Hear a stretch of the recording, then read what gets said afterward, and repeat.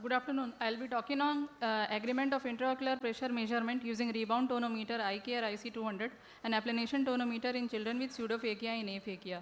Glaucoma associated with aphakia and pseudophakia is as high as 41% depending on the length of follow-up. Signs of glaucoma are elevated IOP, optic nerve head cupping, myopic shift in refraction. Among various IOP methods of measurement, Goldman is the gold standard, while iCare RT is an anesthesia-free handheld device which works on solenoid mechanisms. Intraocular pressure readings are affected by CCT in applanation and rebound tonometers both. Our aim was to compare the IOP measured by rebound tonometer iCare IC200 and applanation tonometer either by Goldman or Perkins in children with aphakia and pseudophakia, and to assess the effect of CCT and axial length on IOP measured by two tonometers. A prospective and comparative study for a duration of 5 months, including pseudophakic and aphakic children of 2 to 8 years age group, excluding eyes with corneal scar and irregular Myers, were included in the study. Demographic data and surgical details like age, sex, lens status, any pre-existing glaucoma was noted.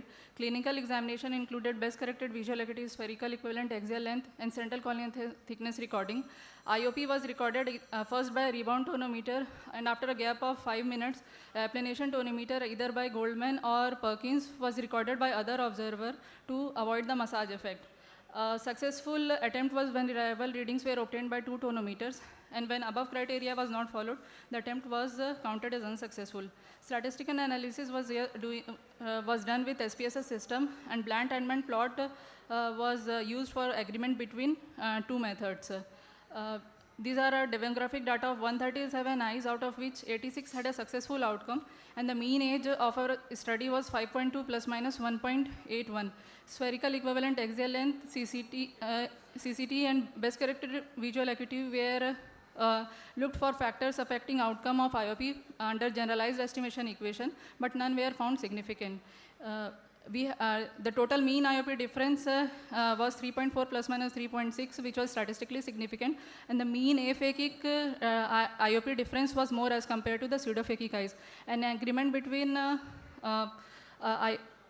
RT and AT IOP with less than 21 mmHg showed moderate agreement with ICC value of 0.51. However, in more than 21 mm, poor agreement was noted. An agreement between rebound tonometer and applanation with CCT showed poor agreement in thinner corneas, and moderate agreement was noted in 501 to 600 micron corneas.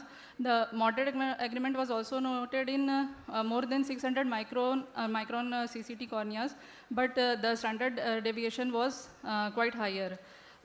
To the best of our knowledge, there is lacune in literature comparing IOP in pseudophakic and aphakic eyes in Indian pediatric population. So we evaluated the agreement in order to ease the process of monitoring of IOP without compromising the accuracy.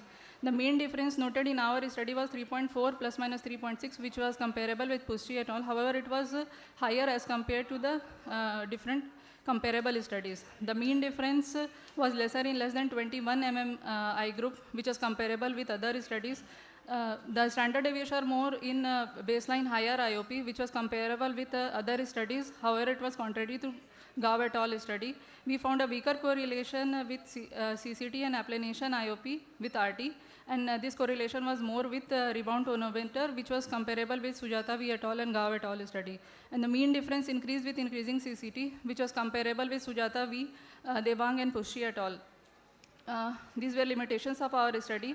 We conclude that in eyes with IOP less than 21 mmHg and CCT of 501 to 600, the agreement was found to be moderate. So it can be used as an alternative for applanation tonometer. However, in eyes with higher IOP, thicker corneas, and higher iCare IOP is an indicator for EUA and must not be relied upon to make any diagnosis. These are my references. Thank you.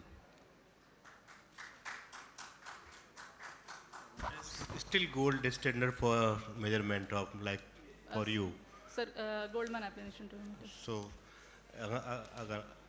examination under anesthesia. So we already prefer for the Goldman or Perkins, like Yes, sir. the applanation tonometer is the gold standard. Yes, sir. So what made you think you should do a study on these things? Sir, when many times patient is not cooperative, we have to perform it under. I'm talking about the examination under anesthesia. sir, pardon your question, sir. Examination under anesthesia. So, I am asking you, what made you think to do these if we have good gold standard Yes, sir. like method or applanation tonometry? So, in Sir, if we get higher IOP with eye care, Mhm. then that patient may require EUA to. That's why I'm saying these are still not reliable. When things are going unpredictable, we don't know. Sir, yes, sir. But that only we tried to study whether in if baseline IOP is less than 21 and normal ranges of CCT, can we rely on eye care or not? That only we had tried Yeah, to so look we in never this rely. study. I think. Child will be moving his eye, na?